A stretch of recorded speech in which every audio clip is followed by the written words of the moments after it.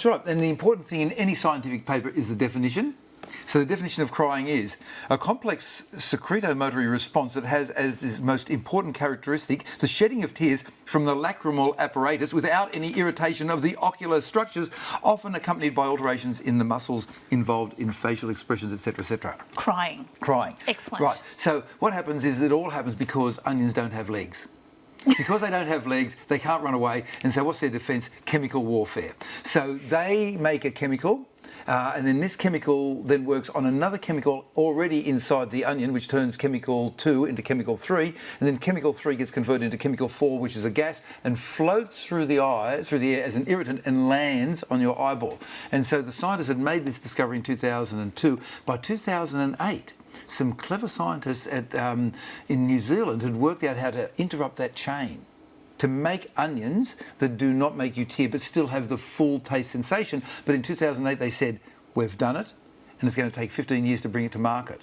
So 8 plus 15 is 23, so we've got a few more years to come. Okay. So they're heading down that pathway. Let's have a look then at the archaeological prize, which for me was a little bit hard to swallow, shall I say? Hard to swallow, yeah.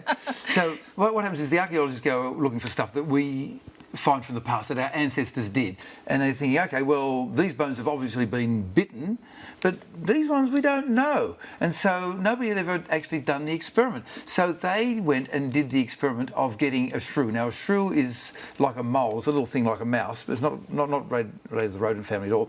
And so they boiled it for 2 minutes and then tore it into 5 sections. It was only that long, and then swallowed without biting. And what they found was, this is amazing, that one of the major jaw bones just vanished.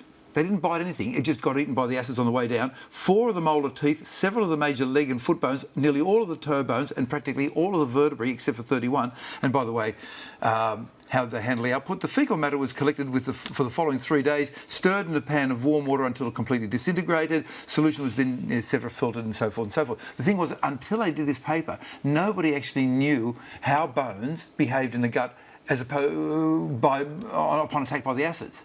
And so now we know, thanks to these guys, or one of them, doing the experiment. Big it up for him. I reckon he deserves more than just an Ig-Nobel Prize. That's dedication. But probably the guy who actually filled his poo would probably deserve one as well. Oh, yes, yes, yes. All right then, let's have a look at the Peace Ig-Nobel Prize, which this year goes to the President of Belarus for? 2 parts. He gets half the prize for declaring clapping in public to be illegal. You see, the background was that there's a resistance group. He's the only dictator left in all of Europe, the president of Belarus, Lukashenko. And so there's Charter 97 set up as a group against him, and they've got no weapons. They can't do anything. So on one occasion, they went out in public and they clapped a lot. And so he made it, so firstly, he made it illegal to clap in public. So he gets half the Ig Nobel Prize. The other half goes to the Belarus police. There was a guy in July 2011 who got busted for clapping.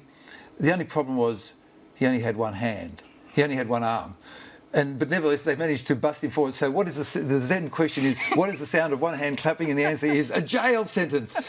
That's why they won the Peace Prize goes to Belarus. With a slightly Zen sort of take on the poor man who only had one hand to clap with. That's so hard. Yeah, it's very, very hard. Not very nice at all. All right, well then let's have a look at something else, shall we? And it's about the probability of cows either lying down or standing up and when they might choose to do either.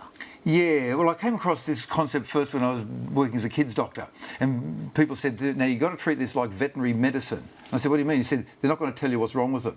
Right. So there's been this big body of research on cows trying to work out whether they're happy by whether they stand or lie down. So they got a bunch of cows, got 60,000 incidents of them changing from lying down to sitting up. That's a lot of moving, 60,000.